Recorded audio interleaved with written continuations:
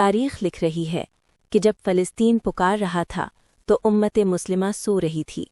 ساتھ کھڑے جانور صرف تماشائی بنے کھڑے ہیں، لبوں پر شدید مذمت کے الفاظ ہیں، دلوں میں گہری تشویش کے رسمی دعوے۔ کہا جاتا ہے بس مذمت کرو، خاموش رہو اور اپنی باری کا انتظار کرو۔ ادھر فلسطین ہے جہاں معصوم بچوں کے خواب ملبے تلے دفن ہو رہے ہیں، جہاں ماؤں کی گودیں اجڑ چکی ہیں، جہاں ہر آذان کے ساتھ ایک لاش اٹھتی ہے، اور ادھر امت مسلمہ ہے جو آنکھوں میں آنسو بھر کر بھی بے عمل ہے، جو درد کو لفظوں میں تو ڈھال لیتی ہے مگر قدم اٹھاتے ہوئے لرز جاتی ہے۔ ہم نے غیرت کو بیانات کے نیچے دفن کر دیا ہے، ہم نے ایمان کو مذمت کی فائلوں میں قید کر دیا ہے۔ فلسطین جل رہا ہے، کٹ رہا ہے، مر رہا ہے، اور ہم صرف افسوس کے الفاظ دہرا کر اپنی باری کے انتظار میں کھڑے ہیں۔ یہ خاموشی بھی ایک جرم ہے، یہ بے حسی بھی ایک قتل ہے۔